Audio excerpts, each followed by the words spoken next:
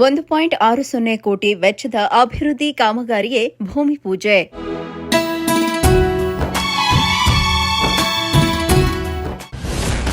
ಗೌರಿಬಿದನೂರು ತಾಲೂಕು ಹಲವು ಗ್ರಾಮಗಳಿಗೆ ಅಭಿವೃದ್ಧಿಯ ಸ್ಪರ್ಶ.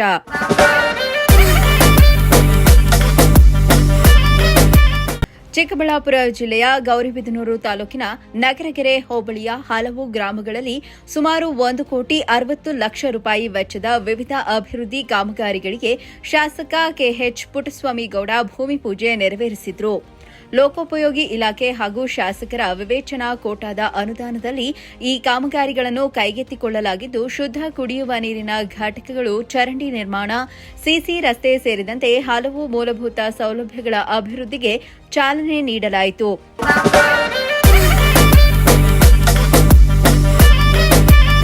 ಇನ್ನು ಈ ವೇಳೆ ಶಾಸಕ ಕೆಎಚ್ ಪುಟ್ಟಸ್ವಾಮಿಗೌಡ ಮಾತನಾಡಿ, ಜನರ ಬೇಡಿಕೆಗಳಿಗೆ ಸ್ಪಂದಿಸಿ ಮೂಲಭೂತ ಸೌಕರ್ಯಗಳನ್ನು ಹಂತ ಹಂತವಾಗಿ ಕಲ್ಪಿಸಲಾಗುತ್ತಿದೆ. ಕಳೆದ ಹಲವು ವರ್ಷಗಳಿಂದ ಅಭಿವೃದ್ಧಿಯಿಂದ ವಂಚಿತವಾಗಿದ್ದ ಗ್ರಾಮಗಳಿಗೆ ಸಿಮೆಂಟ್ ಕಾಂಕ್ರೀಟ್ ರಸ್ತೆಗಳನ್ನು ನಿರ್ಮಿಸಿ ಸಂಪರ್ಕ ಕಲ್ಪಿಸಲಾಗಿದೆ. ಮುಂದಿನ ದಿನಗಳಲ್ಲಿಯೂ ನಗರಗೆರೆ ಹೋಬಳಿಯ ಸಮಗ್ರ ಅಭಿವೃದ್ಧಿಗೆ ಆದ್ಯತೆ ನೀಡುವುದಾಗಿ ಭರವಸೆ ನೀಡಿದರು.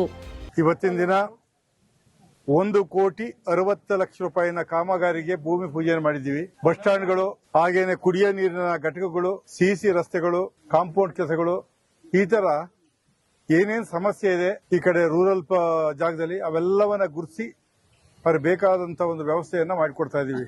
ಮುಖ್ಯವಾಗಿ ಬೇಕಾಗಿದ್ದವರಿಗೆ ಸಿಸಿ ರಸ್ತೆಗಳು ಬೇಕು, ಕುಡಿಯೋ ನೀರಿನ ಘಟಕಗಳು ಬೇಕು, ಬಸ್ ಸ್ಟ್ಯಾಂಡ್ಗಳು ಬೇಕಾಗಿತ್ತು. ಇವೆಲ್ಲ ಮಾಡ್ತಾ ಇದೀವಿ. ಅಷ್ಟೇ ಅಲ್ಲ, ಇಡೀ ನಗರಗೆರೆ ಹೋಬಳಿಗೆನೆ ಸುಮಾರು ಕೋಟ್ಯಾಂತರ ರೂಪಾಯಿ ಖರ್ಚು ಮಾಡಿ 25 ವರ್ಷಗಳಿಂದಲೂ ಕೂಡ ರೋಡನ್ನೇ ಕಾಣುವಂತ ಹಳ್ಳಿಗಳಿಗೆ ಸಿಮೆಂಟ್ ಕಾಂಕ್ರೀಟ್ ರೋಡ್ ಮಾಡಿಸಿ, ಜನ ಎಲ್ಲೆಲ್ಲಿ ರೋಡ್ ಇಲ್ಲ ಅಂತಾರೋ ಅವರ ಒಂದು ಬೇಡಿಕೆಗೆ, ಅವರ ಸಮಸ್ಯೆಗೆ ಸ್ಪಂದನೆ ಮಾಡಿ ನಾನು ಕೆಲಸ ಮಾಡ್ಕೊಂಡು ಬಂದಿದ್ದೀನಿ.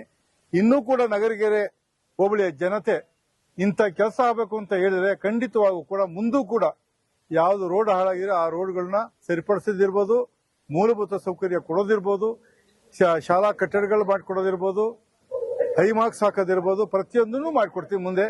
ಇದೇ ತರ ಇಲ್ಲಿ ಜನನು ಹಂಗೆ ಸಹಕಾರ ಕೊಡ್ತಾರೆ. ಮೊದಲಿಂದಲೂ ಇಷ್ಟು ಡೆವಲಪ್ ಆಗಿರಲ್ಲ, ಈಗ ಡೆವಲಪ್ ಮಾಡ್ತಾ ಇದ್ದೀರಿ, ಮಾಡಿ ಅಂತ ಸಹಕಾರ ಕೊಡ್ತಾ ಇದಾರೆ.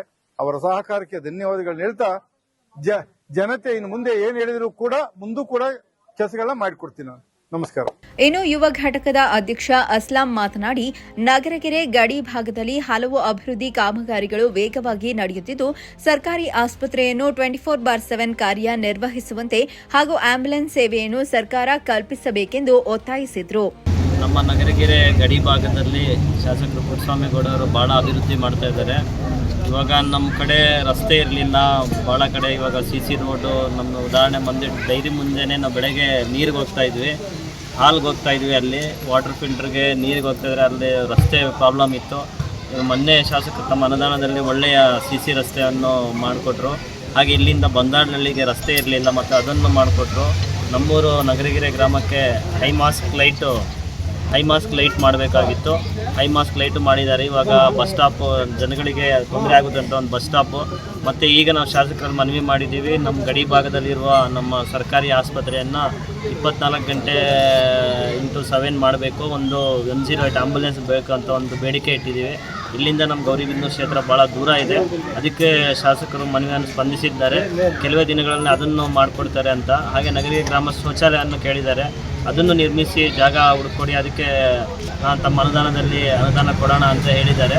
ಭಾಳ ಚೆನ್ನಾಗಿ ಅಭಿವೃದ್ಧಿ ಮಾಡ್ತಾ ಇದೆ. ಇದು ನಮ್ಮ ಗಡಿನಾಡಿನ ಬಗ್ಗೆ ಇವಾಗ ಹೇಳಿದ್ರು, ನಮ್ಗೆ ಆಸ್ಪತ್ರೆಯಲ್ಲಿ ತೊಂದರೆ ಇದೆ ಅಂತ. ನಮ್ಗೆ ಇಲ್ಲಿ ಒಂದು 108 ಆಂಬುಲೆನ್ಸ್ ಬೇಕು, ಹಾಗೆ 24/7 ಬೇಕು. ಇಲ್ಲಿ ಜನಗಳಿಗೆ ಭಾಳ ತೊಂದರೆ ಆಗಿದೆ. ಅದೇ ಶಾಸಕರಿಗೆ ಹೇಳಿದ್ದೀವಿ, ಶಾಸಕರು ಸ್ಪಂದಿಸಿದ್ದಾರೆ. ನಾವು ಮತ್ತೆ ಶಾಸಕರು ಗೃಹ ಕಚೇರಿಗೆ ಭೇಟಿ ನೀಡ್ತೀವಿ, THO DHO ಹತ್ರ ಮಾತಾಡಿ ಮುಂದಿನ ಕ್ರಮವನ್ನು ಕೈಗೊಳ್ತೀವಿ ಅಂತ ಹೇಳಿದ್ದಾರೆ. ಅದಕ್ಕೆ ನಾವು ಅದ್ರ ಬಗ್ಗೆ ಕ್ರಮ ವಹಿಸಬೇಕು ಅಂತ ಶಾಸಕರಲ್ಲಿ ಮನವಿ ಮಾಡ್ತಾ ಇದ್ದೀವಿ. ಈ ವೇಳೆ ಸ್ಥಳೀಯ ಜನಪ್ರತಿನಿಧಿಗಳು, ವಿವಿಧ ಇಲಾಖೆಗಳ ಅಧಿಕಾರಿಗಳು, ಮುಖಂಡರು, ಕಾರ್ಯಕರ್ತರು ಹಾಗೂ ಗ್ರಾಮಸ್ಥರು ಹಾಜರಿದ್ದರು. ಚಿಲನ್, ಪ್ರಜಾಶಕ್ತಿ ಟಿವಿ, ಗೌರಿಬಿದನೂರು.